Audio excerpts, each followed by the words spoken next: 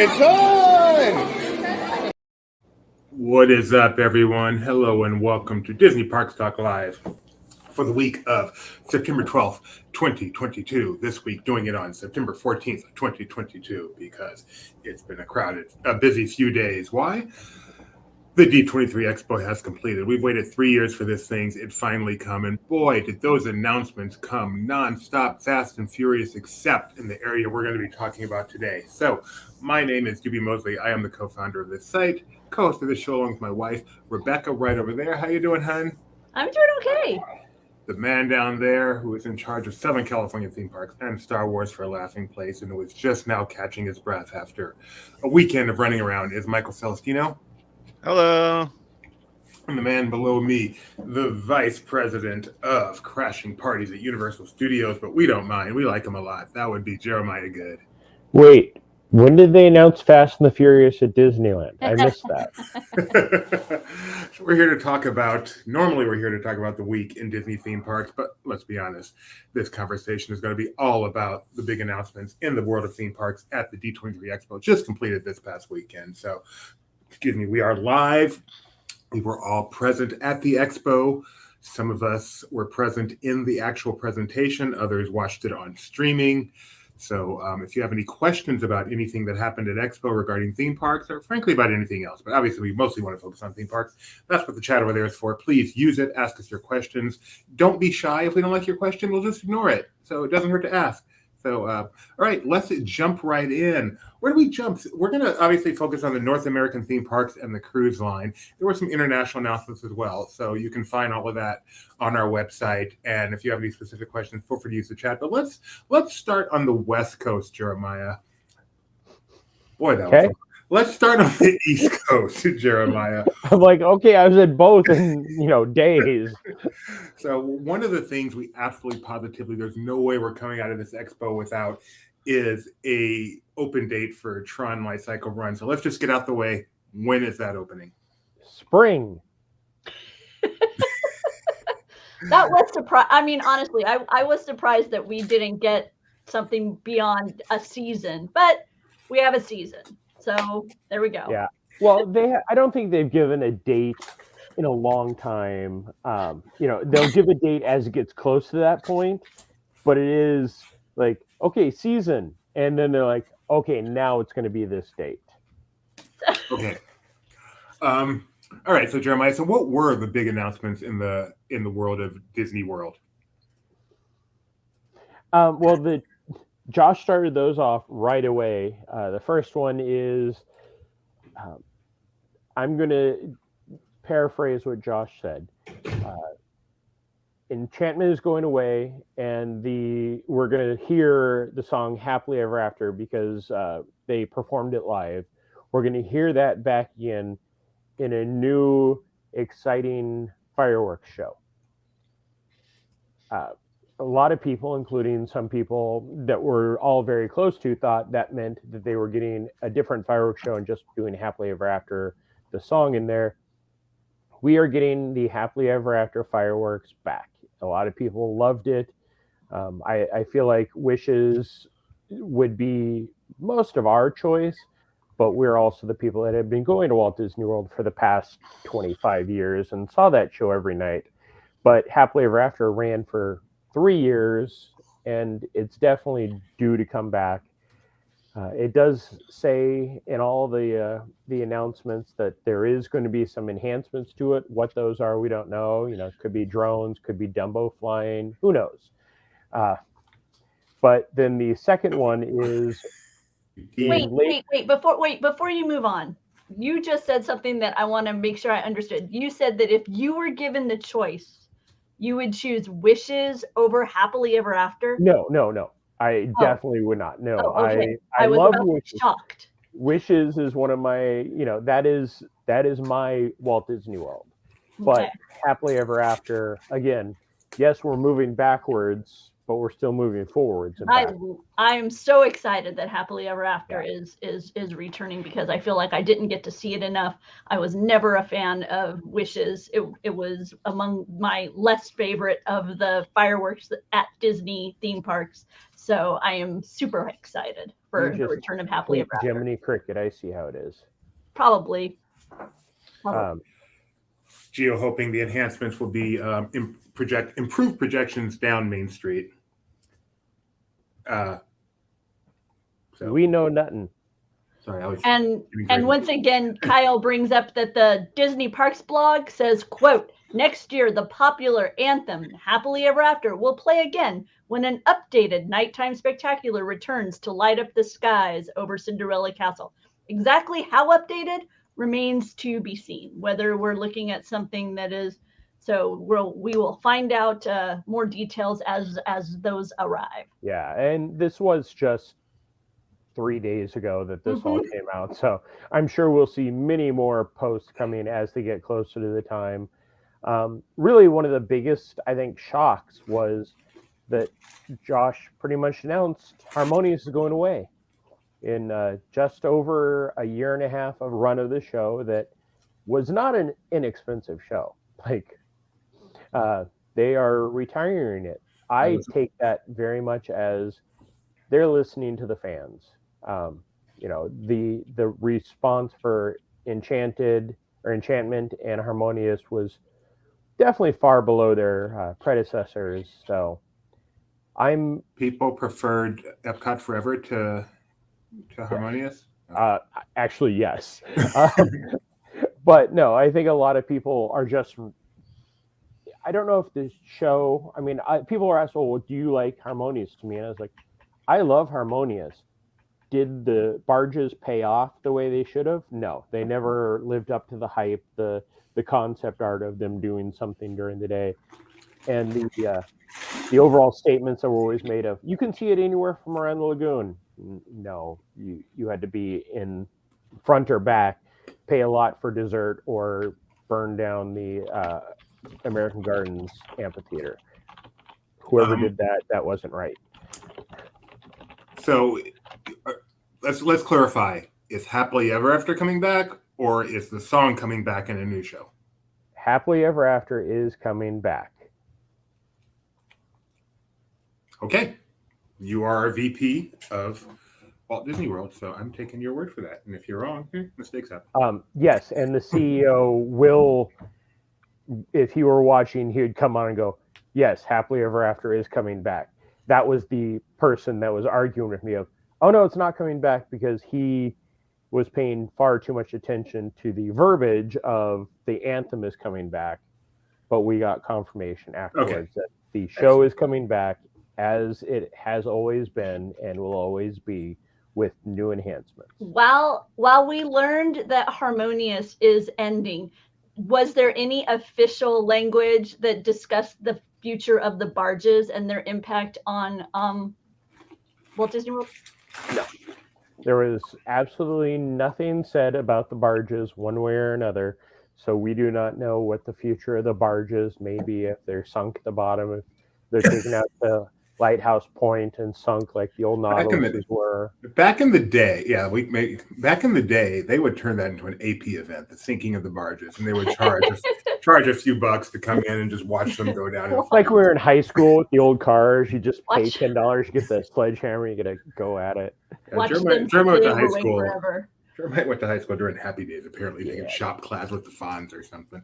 Okay, did they announce any new parade for the Magic Kingdom? Maybe the return of an electrical parade or something? No.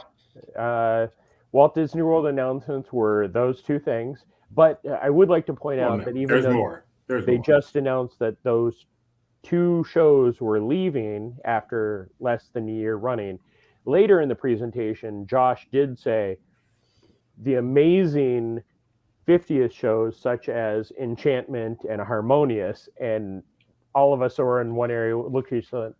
Didn't he just say that those were going away? Yes. So that's Magic Kingdom and Epcot. Epcot, of course, we got the Walt as Dreamer or Dreamer Walt statue, and that was really fun to see. And then they had the scale model of Te Fiti that will be going in the. It was terrifying. Wonders, or the Journey of Water, inspired by Moana. And I got clarification about that. It is not a Moana-based attraction. It is about the life cycle of water. Are we going to be like a couple With hydrogen more. over here and oxygen over here, and they just That's kind of, they really wanted it to be more of the old Epcot style. You know, it's an interactive jumping, it's a water play area, but it tells a story. And as you mentioned, they have the model of Tafiti. Is that her name? Yes. How tall will that actually be? Because even at that miniature size, I was terrified, and I'm afraid this is going to tower over me, and I'm going to cower. I sadly did not spend enough time looking at that model. My eyes were glued to Toontown and to Tiana's Bayou Adventure, and of course the Walt statue. But they did say it's a scale model of what it will be in there. Judging by the size. My recollection was 16 feet. That Wow. seems really big. I wonder how much it will seem. I presume it's not going to be like real grass if they have to, manicure every day. I wonder how much it will seem like it is. And Rebecca, Gideon thinks 15 feet. Tony says 16 feet. Yeah.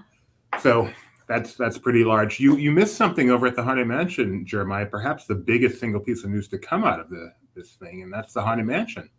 Yes, the Hatbox Ghost will be making his first appearance in the Haunted Mansion here in Walt Disney World late next year. Everything was described as late next year, so we don't have any specific dates. We know that the 50th ends in March, so we'll be seeing, I'm guessing that Harmonious and the fireworks will end around that time. The fireworks Happily Ever After, they could probably just turn the switch and the next day it'd be back. But Harmonious, I've read a lot of speculation that we could be getting Epcot Forever until a new show does appear. So who knows? Which given that we're about to have an anniversary celebration for Epcot, it's not it would totally unfit. So yeah. There we go. If that new show is called Illuminations. It's going to be called Illuminations 100. I would bet money at this point. Really? That would be. I could see that. That would not be. That would not be terribly surprising. I mean, people will still complain that it's not Epcot-y enough. No matter what, they'll complain it's not Epcot-y enough. But I feel that it will be tie in with 100 more than Epcot 40. So, sticking with the Magic Kingdom, they also made some announcements about something brewing behind Big Thunder Mountain. No. So, and this is something that a lot of people. One of our friends posted a long rant about how he's annoyed at everybody saying this is happening. At the end of the Disney Parks experiences and product, Josh brought out one Imagineer and the head of Walt Disney Animation to talk about things that could be happening. This is, as we all knew it, called Blue Sky. And it's hey, these are ideas that we have. We're not saying they are happening, but we have enough of concept art where it could happen somewhere down the line. Behind Big Thunder, they announced that there could possibly at some point in the distant future, if the stars align, a Encanto, a Coco, and a Villains area. So I have a question. Maybe Mike Celestino knows the answer to this. He's been in this business for a long time. Why would the head of Disney Parks Experiences and whatever it's called now go in front of the most rabid Disney fans in the world and say, this is something so blue sky that it may never happen, but let us get you excited anyway? Glutton for punishment, I'm guessing. See, I think it is more of everybody complains of when they announce something's coming and it doesn't come, a la 2019, 2017, 2015, 2013, 2011, 09, where things were announced and then they ended up not happening. This is hey, everybody that reads in between everything, I said before I talked about this, it could possibly happen, but it is not a guarantee. It's hilarious to me. Rebecca? So here's the thing. Usually, as a Disney fan, I leave the Disney Parks panel like totally pumped, and I'm surrounded by all of my friends inundating me with excitement, and there's like this tremendous optimism and excitement and everything moving forward and all that. This panel fell so flat. Don't get me wrong, there were moments of like, yeehaw, woohoo, I'm so excited, but overall, it didn't feel, no, it's just, I like it, I prefer it when they come to me with this grand idea because they are so optimistic and we're going to make this happen and blah, and then it doesn't happen. Okay, fine. But this kind of this came off to me as a fan, like kind of with a temerity that I'm not used to. I'm used to Imagineering being arrogant and really like, this is what we're going to do. Disney decade. You look at it and it makes no sense to you, but it's going to happen, and so this blue sky thing was just to me so different, such a different look from them than I've had in the past that I'm still kind of trying to process what happened. See, everybody, and we have some people in our chat that have complained that this is the worst parks panel ever. People said that about 2019. Well, this was worse though. Why was it worse? Because they didn't tell us everything that's going to come in the future? No, that's the whole point of this is to make announcements. As Rebecca said, this is the pep rally. This is the rah-rah. Stuff may not happen down the road. That's life. We all know that's life. We know that's life. Movies get announced. Stuff gets announced. Stuff doesn't happen. Plans change. But you're supposed to walk out of this event going, I am so excited for what's to come. Star Wars Galaxy's Edge is coming. That's what you do. I don't know when it's coming. I don't know exactly what's coming. Not only did we not get announced projects, we didn't even get dates. Brian Toll is excited for Fantasmic in Hollywood Studios. Is there going to be Fantasmic in Hollywood Studios? They couldn't even say a date for that. This was the most anticlimactic part. There was no, again, I'm talking North America. Stuff may have happened overseas. There was only one. There was one major new attraction announced, although I believe it was announced in a prior panel. Once again, stealing the thunder from the parks panel. But one major new attraction, and we'll get to that on the West Coast. Nothing on the East Coast as far as even a minor new attraction, let alone a major new attraction. And the stuff they did announce, like Beyond Big Thunder, or we'll get to Animal Kingdom moment, is so tentative. Give us something to cheer about, even if it doesn't happen a year down the road. We know plans change. We want to cheer now. I think if their goal was to make sure they don't have to cancel something, I think they miscalibrated how to properly handle the fans. Hey, can we address this question from Emily? Emily's asking, what does it mean when they say blue sky? So here we go. What does it mean, Jeremiah, when Disney uses that term blue sky? Blue sky has been something that's been around since the days of Walt. It is the grand dream of what if we could do this. If you had $1 million, you dream blue sky. It is your dream to be out there as much as possible. And that's really what this was. Yes, I would have loved even, the Play Pavilion talked about that kind of stuff. But at the same time, I felt last time was the exact same. We all kind of went, okay, that's great. We had Fantasmic. We had the free Fantasmic viewing, and that was what we had last time. But this time was hit on things that nobody was overly excited about, nobody is underly excited about. But then the blue sky thing was a great idea. Unfortunately, people don't understand that Josh said 15 times, this isn't a guarantee that's happening, and every site said it's happening. But let's put it in context, and maybe I'm recalling the context. But currently, we know we can see scaffolding around the Disneyland treehouse. We can see the construction on Tron. They've told us Fantasmic is coming back.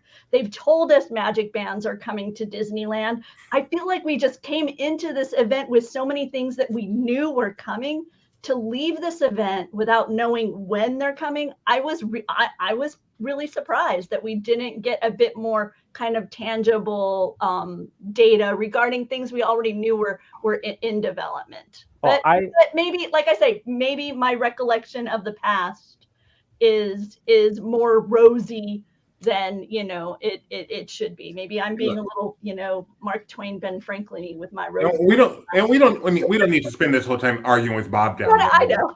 In the shirt, but we can still that's our point of view as Disney fans. Jeremiah, as a Disney executive, perhaps has a different point of view, but judging by the chat here, that's what people are saying. Yeah. Figment came out at one point and people got excited, and then they just said a Figment. No, Figment didn't come out. Not Figment. They brought up Figment. People got excited. Yes. Meet and greet. And it was, hey, meet and greet's coming. That's it. Yeah. It comes across like people who don't quite get the fans and how to handle them, which is surprising because Josh does. And that I've been in every single parks panel since it started. I've come out with everybody going, this is great. And then a year down the line when Mary Poppins doesn't show up, or this doesn't show up, or that doesn't show up, it just turns around how dare they lie to us? No, I disagree. I don't think that's how the fans are, especially especially Mary Rabbit. And I'm saying they are. I'm saying I think one thing Disney fans do understand is plans change. I don't hear a lot of, wow, they announced this and it never happened. I mean, that's a fact. I don't think Disney fans get too uptight over that as much as you seem to be saying. No one's complaining that they decided to change DCA's major ride into King Thanos instead of whatever it's going to be, Queen of Hearts or whatever. Oh no, I've heard a lot of people complain that how dare they change the Avengers Wakanda ride that was supposed to be based off of a Flight of Passage that was never announced and never described, and change it into whatever the King Thanos whatever the complaints when things change, I think they pale in comparison to the complaints when you have a 90-minute presentation where nothing gets announced. Anyway, what's going on at Animal Kingdom, Jeremiah? Animal Kingdom is the same thing in the what if section of the Blue Sky Dreaming. Josh did bring up that when he is over Animal Kingdom, he always felt that one area was very neglected and kind of pointless, and we think we've all felt that way since it started, and that's Dinoland USA. Exactly, Gio. If I had $1 for every time somebody goes, I want my Beastly Kingdom, that was mentioned in concept art once. So, all right, go ahead, Jeremiah. What's going on with Dinoland? Zootopia and Moana was talked about to take over the space of Dinoland, and then of course everybody is in an uproar, as I'm sure you guys have had to listen to in your household, of how dare they take away dinosaurs, the best attraction ever. And again, we don't know if it's leaving or not. It was, the concept art was this kind of blur over where Dinoland is, and that was it. Anything? I have a question for Jeremiah, because I couldn't get an answer from the people at the photo op. This photo op was on the show floor, and I took my picture just as Bruce Boxleitner did. However, when I asked, is this the actual ride vehicle? Like, is this what I'm going to be getting on when I go to Walt Disney World? The answer of the people in shirts was, we don't know. It is. So you know, because you've ridden it. That is the vehicle. Everybody that sat down in it wrong. Because when you pull back the handlebar, and then, just like Bruce was doing in that picture, where he's kind of sitting up and looking off to the side. No, you're supposed to be down like you're on a light cycle. So you pull it all the way down, and the backing comes down and pushes you down, and then it locks you down. Can I interject something here real quick? I was in the 40th anniversary panel for Tron, and there was a point where an Imagineer came out and started talking about the Tron attraction coming to Walt Disney World, and showed footage of the Shanghai version. And from that point on in the panel, all Bruce Boxleitner could talk about was how he wants to go on the attraction. So he better get invited to the grand opening at Magic Kingdom. Yeah, if you go to that picture you just showed, Rebecca, that's how you will be sitting on the attraction, where it's Yes, down. but then you couldn't look at the camera. They had a camera and a guy Yeah. over there that was like, look at me and smile. So, I mean, come No, on. and that's the same vehicle that was in Tomorrowland for a brief amount of time before it was removed during the pandemic. I'd love to see that shot, Gio. And just a reminder, Tron Light Cycle Run is coming spring 2023. So here's what we didn't get from Walt Disney World. We did not get any firm announcement on anything coming to any attractions whatsoever coming to the theme parks. We did not get an opening date for Fantasmic, for the Disneyland Railroad, or for Tron Light Cycle / Run. We did not get an opening date for the Play Pavilion. We did at least get confirmation for what is still coming to Epcot, which would include Worlds of Water, the Walt statue. Is Play Pavilion confirmed to still be coming to Epcot? Last time we saw it was on a map, and somebody said the map it's been removed from the map. All I know is that they went through a major renovation of the building. So, but they did not say the words Play Pavilion at this presentation. No, they did that last time, so people were upset that they didn't talk about it this time. Well, they also talked about Walt last time and talked about him this time. So it's very interesting what's not happening at Walt Disney World. Any mention of anything outside the parks, Disney Springs related, a new mini golf course, putt, return to Blizzard Beach, anything like that? No. All right. Sounds spectacular. World was very. By the way, I want to say that the Twitter account is BioReconstruct does the aerial views. Showed a large return thing for one of the attractions at Blizzard Beach. Yeah, they're put in, so that's exciting. That is what they are doing, and that they have not confirmed it anywhere else. But yes, we've all heard many times what they're doing. The major construction is instead of having to carry the big tubes up the stairs, now they're putting in returns, so it'll just go right up, so you won't have to carry it. I was very excited. I was very, very excited to see that. They're catching up to 2000. Right? Yeah. No. But it's good to see. And as Gio's mentioned, there are a number of resorts that kind of got a little nebulous with the situation over the past couple of years. No mention of any of these resorts, Jeremiah? No, Reflections has been stalled, and I think.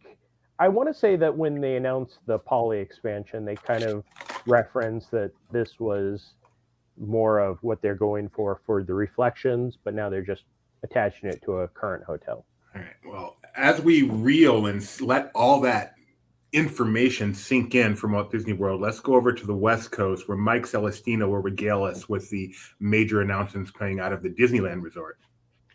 Well, the big one that, like you mentioned, they did not announce at first in the parks presentation was announced during the Legends presentation or before the Legends ceremony is the expansion of Avengers Campus at Disney California Adventure and what looks to be either an entirely different e-ticket attraction or an updated kind of reimagined version of the one that they had promised last D23 Expo. This one will be focused on the multiverse, the Marvel multiverse, and King Thanos will be the villain that you're going up against. And the concept art has a whole bunch of different Marvel heroes. I'm working on pulling it up for you there, Mike. Okay. I was like, because the concept art shows you're in a vehicle where the other one was like, oh, people, you'll be flying. Right. So people have pointed out it kind of looks like a boat. I don't know if that's the case. Yeah. If it is, I'll be pretty excited because I like the boat rides. I get Indiana Jones like EMV. Yeah, like what Gio's saying. To me, it brings EMV feel. For sure. For sure. Yeah, but just looking at that concept art, we have Spider-Man freshman year, and then we have Captain Carter. So they're really going all over the place. And that's all MCU. And Disney Plus stuff. Cool. So that was the one major attraction coming out of the Disney new attraction. Other ones, obviously, Tiana's and such. But one major new attraction coming out of the parks panel. What else, Mike? Did you get a good look at the model for Tiana's adventure? I did. Yeah, I swung by through the parks booth. I took a look at the Toontown model. I saw the Tiana model. It all looked very interesting. Obviously, people have pointed out that the concept art we saw a while back for Tiana has been updated and changed, but that's something that you can expect, I think. Again, not something not something to get upset about, although people were upset. Can I ask a question for you guys? I've seen some people speculate that that the concept art may be more reflective of what we'll see at Walt Disney World, or No. this is. Do you think that that's something, or no? They will be pretty, the concept, the model will essentially be both coasts. Okay. Yeah. And also the Toontown model was there in the pavilion. Mike, did you see that one? I did. I actually stopped and I was chatting with an Imagineer in front of the Toontown model. He was telling me a bit about it because I was curious. It seemed like when this first got announced, I expected it to be. I expected the land to take more of a radical change, but it seems like a lot of it is going to be remaining intact. Although he said, Goofy's house will have a different interior and a different backyard and stuff. And obviously there's a new name for the Gadgets Go coaster, but the biggest change is going to be over on the other side where Mickey and Minnie's Runaway Railway is going in next to Roger Rabbit. Sure. And speaking of Runaway Railway, I'm not sure if Jeremiah has anything to say about that. I'm truly not sure.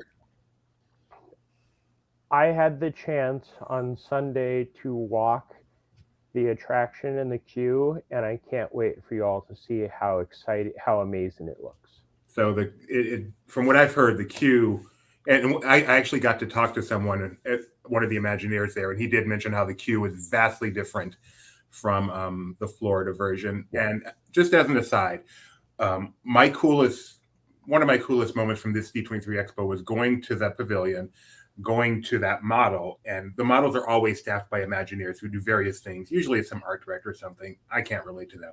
But this time I talked to one of the software engineer who's doing the ride control programming for Runaway Railway in Disneyland.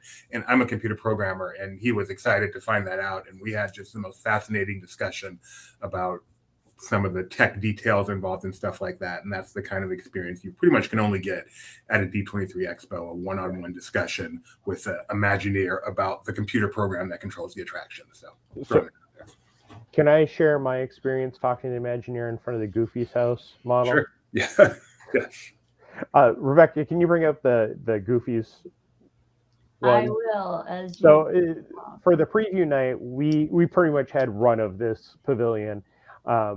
And that's I'm picturing you and Matt and everyone just running around. Pretty much, like that's why we had these pictures that are so up close, is they were letting us get as close as possible. I mean, I have a photo that's looking over the drop for Tiana's, but this model is absolutely beautiful. And I was talking to the Imagineer, and the story is Donald's boat is it lost its lagoon, and Donald crash landed the Miss Daisy into Goofy's pond, and now it is a water play area. So the entire area is going to be fun.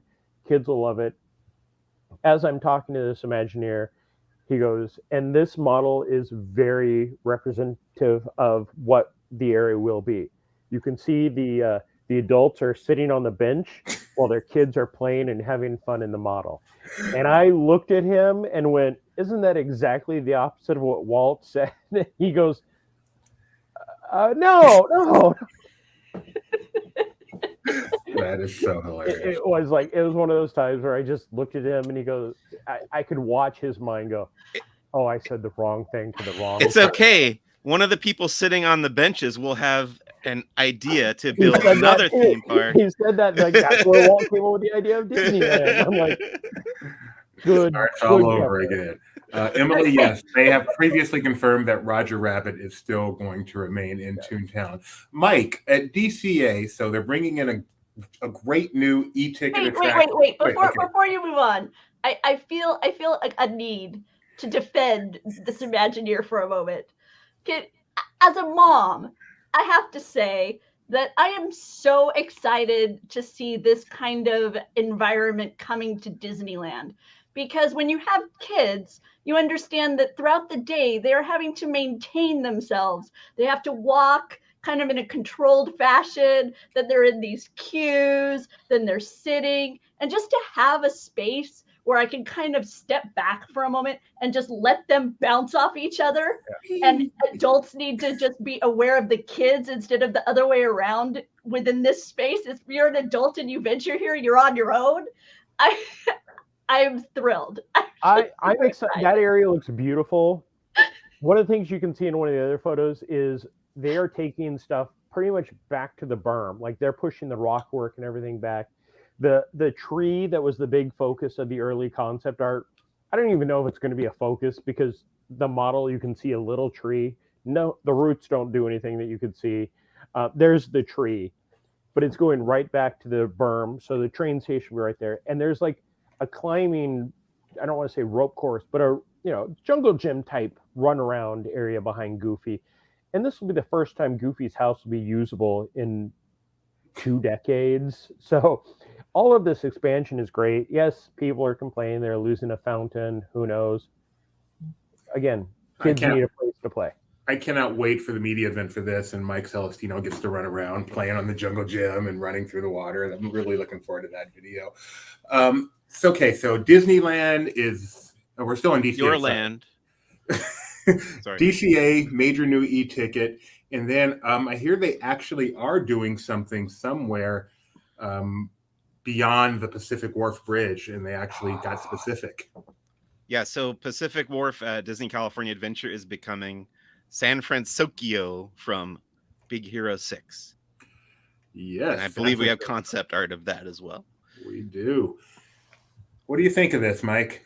I guess I should have predicted it because it's really, I think it's the one, well, I guess like Grizzly Peak doesn't really have an IP tied to it, but we lost Paradise Pier to Pixar Pier, so it makes sense. It's just the IPs are spreading throughout the park, so I don't have any real problem with it though. It's fine. The bridge looks kind of cool, but it's not going to have any attractions, right? It's just the makeover of the dining area. Yeah, and there's going to be a Baymax meet and greet over there. Okay, Baymax. Yeah, they specifically said shops and restaurant and dining, not attractions. It doesn't even look that different. It honestly looks like they stuck those two big things on the bridge. No, but one of them will be Aunt Cass's now.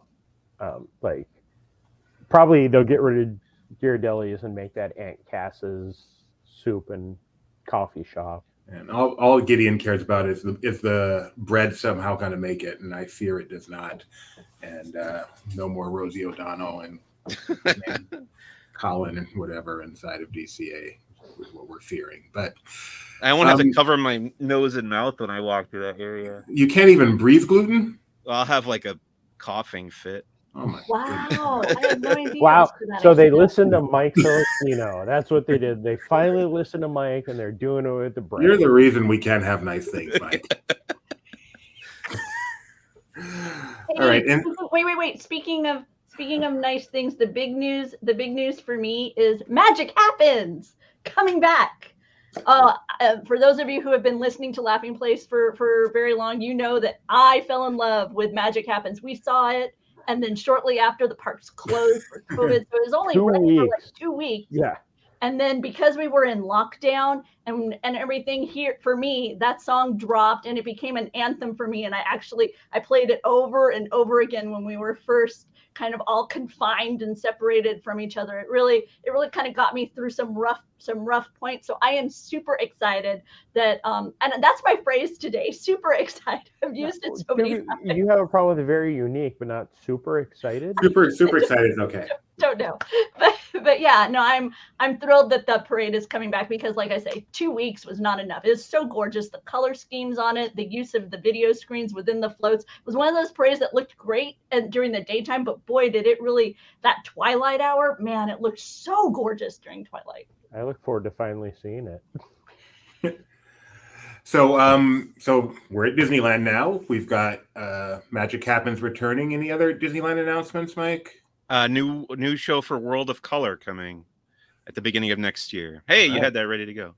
Look at that. Now, and one of my disappointments World When of they Color? said Yeah, when they me said too. a new nighttime show for DCA, for a second I got really excited. The World of Color was going away, but sadly, it's just a new show for World of Color. So Tony Betty will be with us for at least another few years. But it looks like they're bringing the globe over from Tokyo, and they're going to stick that in the middle of the lagoon and make really good projections around the sides. So. What's that one next to Mirabelle on the right of Mirabelle there? Coco. Oh, it's Coco. Okay. So Miguel. And then we've got It's gonna be good. The dead Mufasa is gonna make an appearance. Moana, some Soul. All the recent Is stuff. that orb in the middle a memory thing? I wondered if it was like a core memory moment. Probably, I could see that. Isn't that 22? I don't know. Uh-oh. I see goodness. somebody joining in the green room. All right. No. Ladies and gentlemen, here to complain about something, Tony Betty.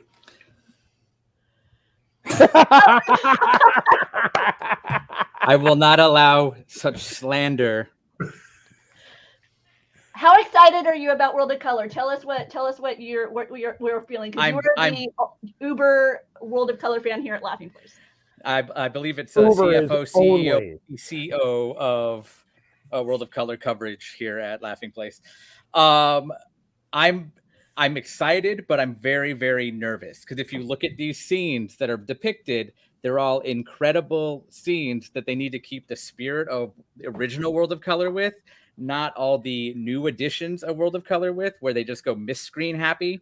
Like, original World of Color has scenes with Wally that projects lasers into the actual jets of fountains, whereas the Disneyland 60th one becomes a narrative documentary on a mist screen with Neil Patrick Harris. So as long as they keep the spectacle and the wonder and the visual eye candy of the original World of Color, I'll be very happy. And I'm actually scared about the emotions this one's going to bring, because 4 of those 6 scenes depicted are loss, grief, and tragedy. So stop making fun of me crying from a good movie, Doobie, and pick on him. He's going to cry because of water. Isn't that the group that replaced? Tears are made of water, for the record. Most Sweat and Shears was Blood, Grief, and Tragedy, I'm pretty sure. Yeah. Those are actually my 3 steps to dealing with life. So not necessarily in that order. Nope. All right. Well, thank you, Tony. What was he saying? And since Tony's here, we can discuss this talk of a new nighttime spectacular over at Disneyland as well. Any thoughts, Mr. Pyrotechnic? You know, when you talk about a new nighttime spectacular at its very base, it's all kind of like, what can we do with the fireworks and what can we do with the projections nowadays? I'm excited because this one is supposedly, based on the description, celebrating the 100 years of studios, and apparently it said there at least every animated feature from the studio will be represented in this show. So that's what I'm most excited about. If that actually happens, I like the way Walt sits right above you there. If that actually happens, that's pretty spectacular. Thanks that would be cool. Thanks for stopping by. I approve of everything. Mike, what are your thoughts as a Disneyland regular on this coming show? All the fireworks shows blend together for me. I can't tell the difference.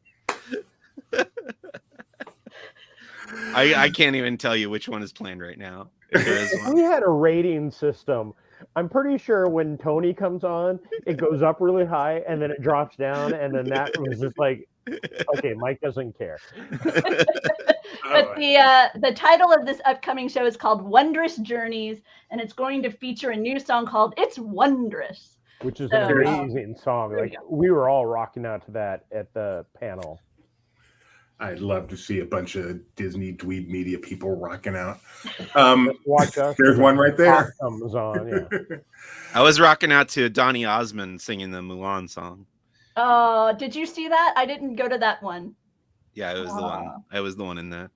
That is cool. By the way, can we just do a quick scorecard for those following along here? So Laughing Place has amazing coverage right now, continuing to be published on the site from the D23 Expo. Our Twitter feed was really dynamic throughout the event. So if you weren't paying attention to Laughing Place, then go back, check our tweets all throughout. But like I say, our site is currently publishing articles with photos and videos of what was going on. Our YouTube channel is continuing to be populated by more and more videos. But I'd like to know, Mike C., where were you throughout D23? Nobody changed What our was your Twitter spread? name. Well, I covered the two big studios panels.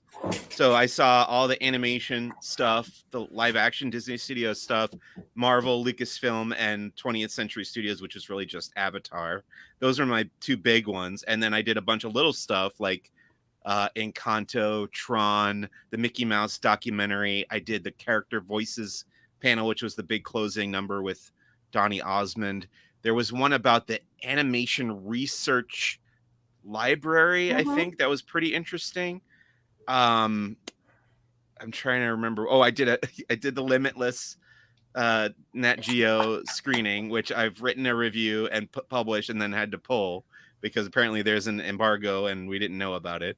And then another Nat Geo panel about like 4 or 5 other shows coming either to Disney Plus or the Nat Geo. Is there still a National Geographic like channel? Yeah. How about you, Jeremiah? Where were you off? What were your assignments and selected panels for Laughing Place? The first day I did the SEA panel, which was a panel, and then everything on that first day just kind of melded together. I will say that I sat through probably the worst panel that I've ever been in, and that was the Disney and Marvel Games panel, which was very much an E3 panel where it's designed for people who have a 10-second attention span where they're jumping from game to game to game. And at the end of it, it was almost a fight of people trying to get out because they're going to, like, I have a poster tube that weighs about 2 pounds because they gave me posters of all of the games. So it's really neat, but the panel is... I did the Masquerade, which was a blast. Like that, we've avoided Masquerade. I think they started that 2 expos ago, and this year, like as Benji said, you got the short straw, but actually I had a lot of fun in it. Good. I'm glad you had a good time. Oh yeah, the winners. One created an entire Dumbo attraction that circled her dress. And then the main winner now, my recollection is she has also been stellar in previous expos with attraction-themed costumes. I believe she had the Haunted Mansion Doom Buggy thing and the Big Thunder Mountain thing a different year. So I believe it is the same amazing creator behind all of those. Yeah, she was talking about how the work on that was, that was what she did during the pandemic. Was she pretty much built that dress. But the overall winner was the Wasp and Dr. Pym. And the Wasp was a full leather, hand stitched everything, and the wings retracted and expanded and rotated. And the guy who was Dr. Pym looked exactly like him. And they even had a little case that looked just like the building. So they were dead on. And you'll find all of our event coverage right on Laughing Place. We have a D23 Expo kind of launch page where you can find all of our related content. There's a tag so you can follow all of it. And then we've also got 3 articles highlighting individuals who may or may not have participated in that competition aspect, but rather showed up maybe in cosplay, just on their own. And they stopped by the booth and we made sure to get pictures of them, individuals like this who pull from their favorite moments in Disney parks history to celebrate at the expo. So like I say, there's a lot of content coming to Laughing Place and currently on Laughing Place. I only attended one of the large venue presentations. I went to the presentation of Hamster and Gretel, the crew of Hamster and Gretel. And that was a lot of fun seeing Dan Povenmire talk about that new animated series. And so I had a lot of fun with that. But mostly I spent my time exploring the expo show floor. They had a few different locations there where they had presentations done that were on a smaller scale. You could kind of pop up, sit down. I saw the Muppets perform. I saw the cast of Mysterious Benedict Society, the cast of the upcoming National Treasure Book of Secrets.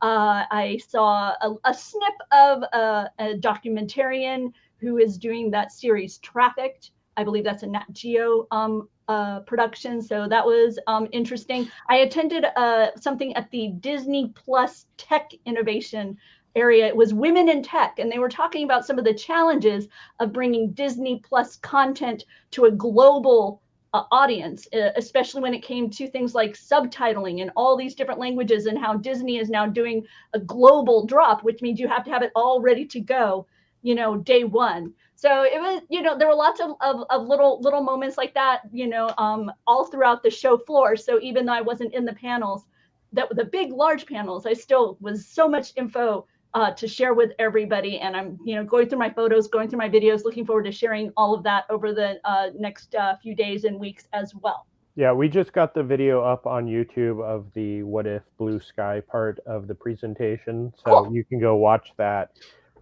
It's not the closest shot, but did what I could. Though the me was so good. Did you make it to get all the QR codes? Yeah, this is what would happen as part of Disney, the Play Disney Parks Play app.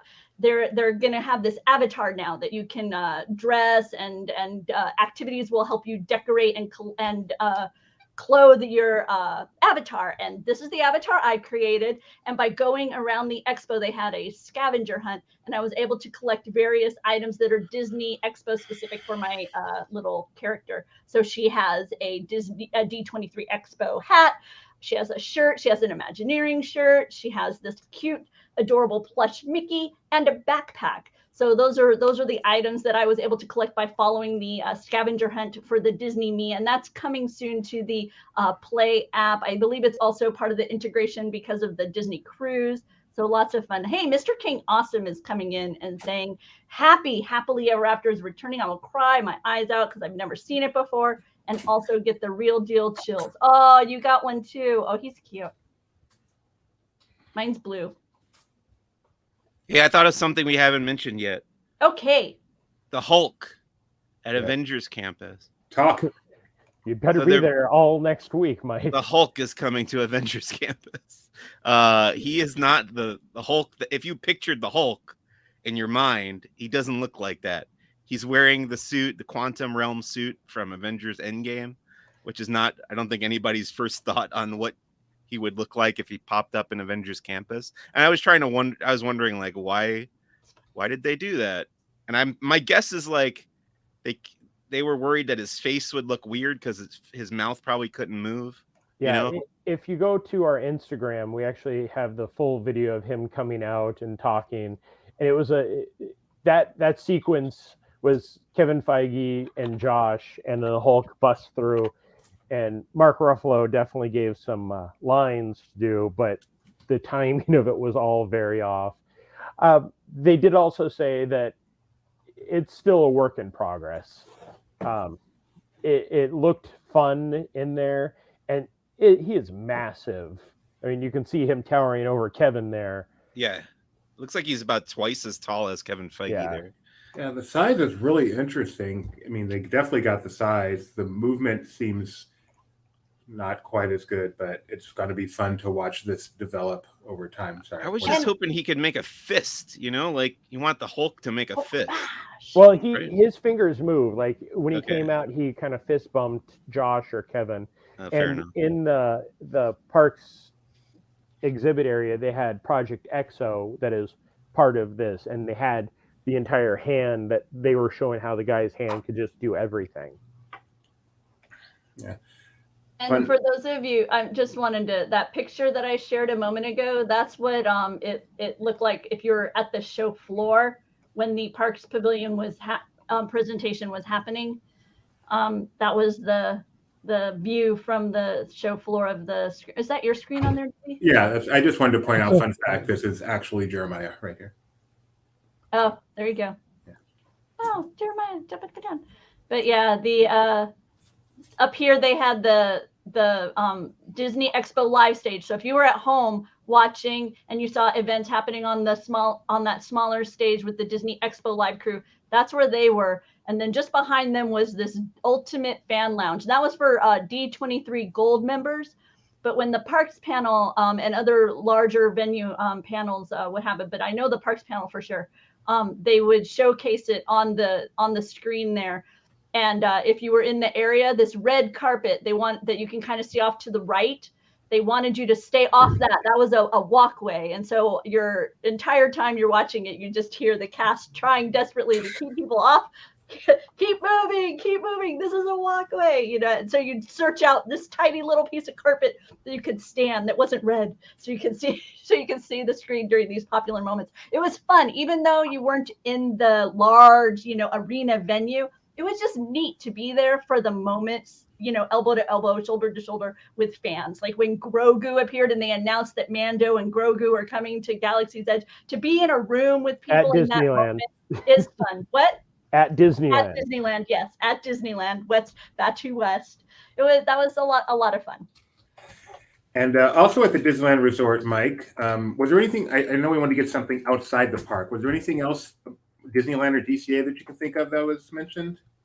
Not that comes to mind. Okay, so outside the park, though, while we were there, the Paradise Pier Hotel underwent a pretty major change. Let me show that real quick. And Mike, Rebecca's ahead of me. And Mike, what's going on over there?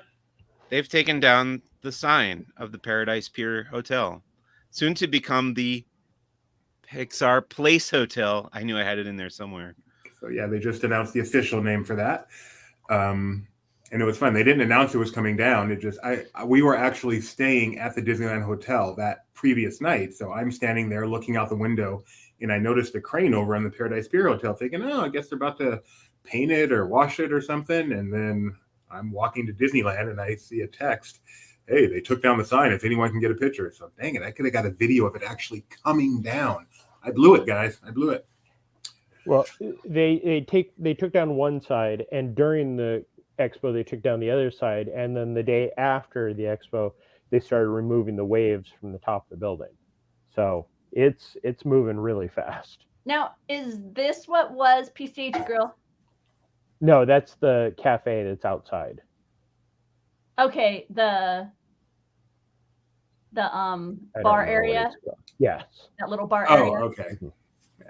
Yeah, I wondered. We actually, I can't believe I forgot the biggest announcement from the panel. I'm not even sure if it's Disney World or Disneyland, but it's the only announcement that came with free food.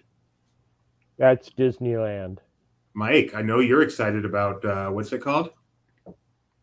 Jeremiah, I know you're excited about, what's it called? Portos is coming to Disneyland. There's also a Japanese restaurant, and I can't think of the name of it, that is a famous one that is also coming to downtown Disney. But Portos, while they're doing the announcement, you could tell everybody that's ever eaten at a Portos, because they were the loudest screams possible. Like that probably got one of the loudest receptions.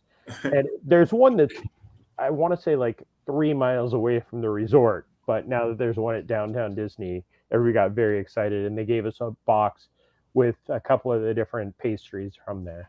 Was it tasty? I did not actually eat any of them. I kind of pulled a mic, but I gave them to Becca so she could tell us if it was tasty. Oh yeah, I remember. But mine, because by the time I got mine, I was a little done with food. I understand. Yes, it was fun to see everyone walking around with those after the presentation. All right, so that was Disneyland, and we've covered Disney World. I am pretty sure the biggest announcements to come out of this presentation actually came in the most important part of Disney, and that is the Disney Cruise Line. And that is because they not only announced the name of the 6th Disney ship and gave us a year it will be coming, which is about as good as we get these days, but they also told us the theme of it. Yes, Din Tai Fung. Nevlin coming in with data on the on the upcoming the other restaurant location that is arriving. Thank you, Schneblin. Which they had actually announced a while ago, but just making mention of that because that would make Kyle happy.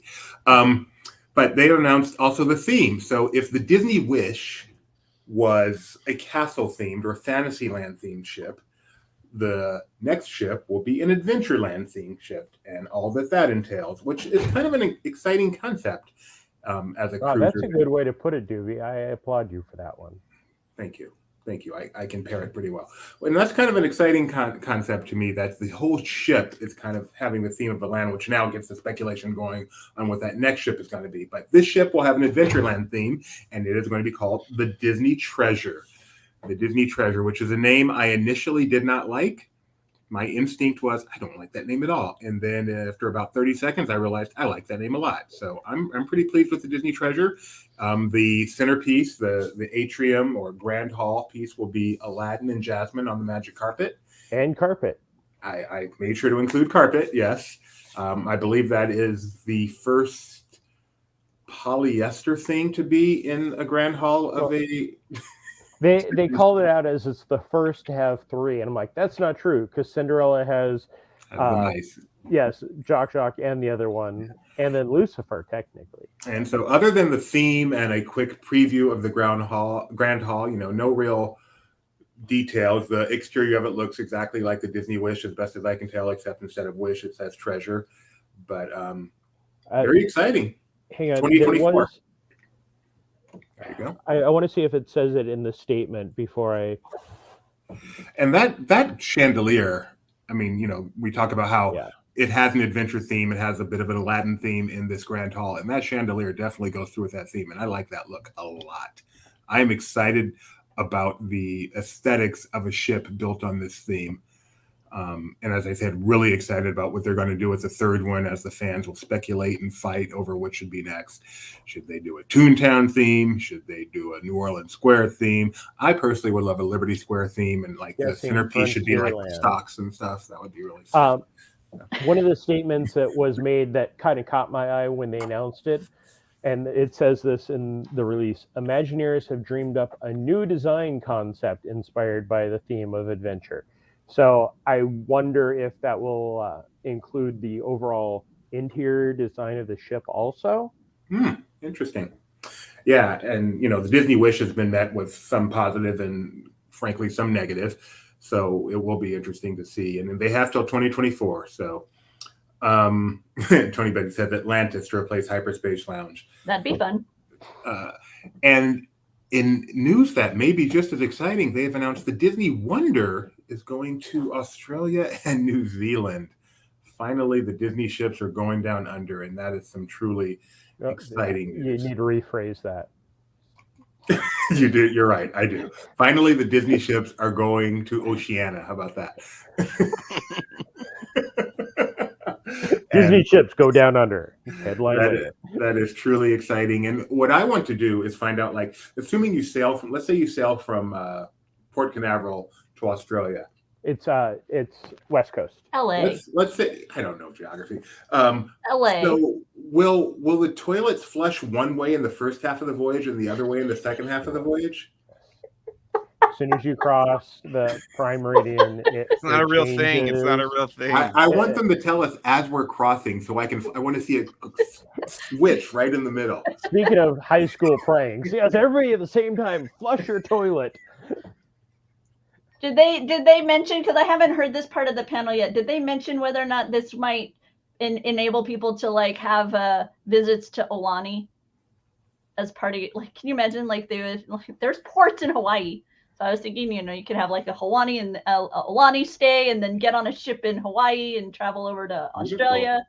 I want to do a Hawaiian cruise so badly. Just saying. And then we also did receive some further information on the development of the lighthouse point out in the Bahamas. So we were shown some new artwork for it. I don't like it at all. So wait, Lighthouse Point is what exactly, Rebecca?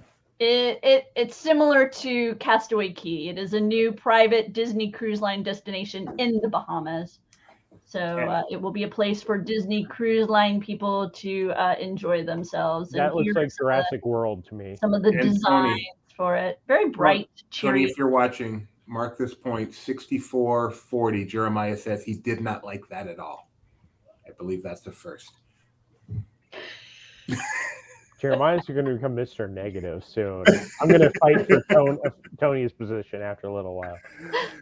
But you know, seriously though, wait, Jeremiah, you didn't like the theme of Lighthouse Point? It's not that I don't like the theme. That concept art to me looks like anything in the Bahamas, sandals, that kind of stuff. It's just so much. The thing I love about Castaway is it's wide open. It's you explore it, you get to have fun. This is, you know, it does look like any other resort that a cruise ship would stop at. Correct me if I'm wrong. This is a Joe Rohde project. No. Lighthouse Point pre-pandemic was a Joe Rohde project. Pretty sure that whatever his concept was, which I would love to go back and see if we can find any more of the art for that, see if that translates. They did show a video during the panel of Josh on Lighthouse Point with nothing there, and it started with him just standing on the beach, and it panned out so far like you couldn't even see him, and he's like, and it's still going. So it's a massive island, and it'll be amazing. Just that concept art to me is very generic. So it'll be interesting. You know, Castaway Cay is beautiful and relaxing, and Disney fans love it. But the modern private island is Perfect Day at Coco Cay, which is Royal Caribbean's, which is, I mean, it's almost like a water park. They've got a huge pool. They've got tons of slides, other experiences. And so it'll be interesting to see if Disney starts to go that way. They really didn't with their ship, to see if they kind of go that way with Lighthouse. Thank you, Lighthouse Point, or if they continue to stick with this is an island for relaxation and sitting in the sun and drinking and that kind of stuff, and which I sincerely hope they do, because that's what I want in my private island. I don't want to just go to a water park. I can, do that at a water. And as Tony says, at Perfect Day at Coco Cay, so many of those fun things are not just included; they are an extra cost. You pay to go to the water park and such. So wait, how is the K spelled in Coco Cay? Oh, same way. Same way as Key. Why is it pronounced differently? Because it rhymes when you say Perfect Day at Coco Cay. And Castaway Cay works perfect. Yeah, I don't understand this at all. Maybe since you've solved the mystery of the flush rotation, you can get on that one, Mike. It was really confusing back when you used to eat like Parrot Key, right? Was it Parrot Cay? Some people would say Parrot Cay and then Castaway Cay. I used to get the parrot bones caught in my mouth. I hated eating Parrot Cay. It was a restaurant on board the Disney Cruise Line. Ew. Gross. Ew. The feathers. Shut up. You're fired. So if you're interested in learning more about the D23 announcements, be sure and visit Laughing Place. Like I say, we've got the Disney Plus Day Fun that preceded the expo. We've got announcements that include from Hong Kong. What? What's that? That's the new statue in beautiful Hong Walt and Kong. Mickey statue that's coming to Hong Kong Disneyland. You can learn more about it on laughingplace.com, along with the Tangled attraction that's coming to the reimagined Walt Disney Studios. It looks like they're doing some kind of transformation a la DCA's opening area as well. So that's a neat, exciting thing happening over at the studios part. It looks like it's going to be much more green than it is now. A lot less studios, a lot more green. So exciting transformation happening over there. They announced the gardens are coming. Yeah, definitely go read about that, because Walt Disney Studios Park is probably getting the biggest change since DCA, which is kind of goes hand in hand because they're both the worst parks in Disney history when they opened. And if you enjoyed our discussion of Disney parks, be sure and give us a subscription. You can hit that like button if you're enjoying it. If you hit the subscribe, you'll get notified when we talk about other stuff. We talk about Disney stuff on Laughing Place YouTube channel pretty much daily. Today, we're talking about Disney parks. Usually, you will find us on Mondays at 4, but because of our traveling schedule, we're here today. Tomorrow, we have Barely Necessities at 4 o'clock. It's usually on Tuesdays, but once again, travel, we're on Thursday. And Becca and I will be bringing you some of the latest Disney merchandise that's hitting shelves and websites. If you are interested in receiving frequent updates, Disney news, you can follow us on Twitter. If you were following us during the expo, you would have received cute little notifications like this one with this gal who created a amazing dress of Disney Parks merchandise bags. I thought this was so cool. But a lot of news as well, not just fun, but news and fun over on our Twitter. So be sure and subscribe to our Twitter. We greatly appreciate that and hope to keep you informed on all things under the Disney umbrella. I like the way you said that. What I did at Expo was sit at our booth for 3 days, and I could not have been happier. I met so many awesome people. Some fans of the site, some people who'd never heard of the site, some old friends. Pretty much people who hate the site. No, they stayed away. They walked up. Take this fan and stick it. And it's funny. So it's disheartening is a strong word, but you sit there at the booth, you walk over. I'm not shy. I'll say, hey, how you doing? Have you heard of Laughing Place? And so many people who would stop by the booth, who would actually come over and seem kind of interested, had never heard of Laughing Place. You're like, what are we doing here? No, these are the biggest Disney fans in the world. They haven't heard of Laughing Place. But more often than not, when I would go out to someone and really approach them and say, have you heard of Laughing Place? They're like, yeah, of course I have. So if they heard of us, they had no need to stop. And the people that stopped by are the people that hadn't heard of us, which makes perfect sense. And it gives us an opportunity to introduce them to the wonder that is LP. Yes, Jeremiah. Doobie, if you were coming at me going, you heard of Laughing Place? Yes, sir. Yes, sir. I've heard of Laughing Place. Thank you, sir. It's so much fun to just see someone standing there. Usually, if they're walking, you let them go. But some people just kind of meander a bit. And then you take the opportunity. Hey, how you doing? You having fun at Expo? I like your costume. Whatever. Is this your first one? Just to start up a conversation out of nowhere and give them the quick spiel. And then we had tons of stuff to give away. So, it's like, the cost of it is listening to a 30-second spiel. And now what do you want from this? And we're talking cool stuff. And we had fans to give away, which were very helpful because it was quite warm at times. And we gave away, not only do we give away all the fans we bought for this expo, but all the ones we had left over from the last expo. Really? Yeah. Wow. So yeah, we were out of fans halfway through the last day. We had buttons we ran out of. It was so much fun. I made friends who came back to see me throughout the expo because they just wanted to say hi and say bye. It's like 3 of the happiest days of my life, and I can't wait to do the next one. So just one quick thing. I heard quite often from my friends when they stopped by and they said, I'm friends with Jeremiah, you would say, I'm sorry. I'm sorry. That was my standard response when someone said that. That is correct. That is correct. Yes. And I mean that. Sincerely. All right. Well, thanks for joining us, everyone. Once again, our regular time. I'm sorry. Jeremiah is truly a great friend. I tease him like no other. And I take it. I have no problem at all. And Mike is Mike. So we will be back here on Monday. This is better than Tony. I love all I'm sorry. I don't care about fireworks. But Tony cares about water more than you care about fire. One of the highlights for all of us at LP is the chance to actually get together and see each other since we work remotely. And so, especially at the booth, having that location, at one time or another, everyone came to see me because they had to stash their stuff or something. And so I love being able to see all the LPers. They're all, I met one new one for the first time, Trisha. And then, of course, Mike was there, Mac, Jeremiah, Cole, all the important people were there. So it was wonderful to see everybody, and can't wait for the next one. And truly, you guys, both at the expo and at home, Tony, you guys did amazing, amazing, amazing work. So proud to have founded the place with my wife that is producing such great work these days, 23 years later. And with that, we are going to close out this fest while Jeremiah goes and cries like he was watching Onward.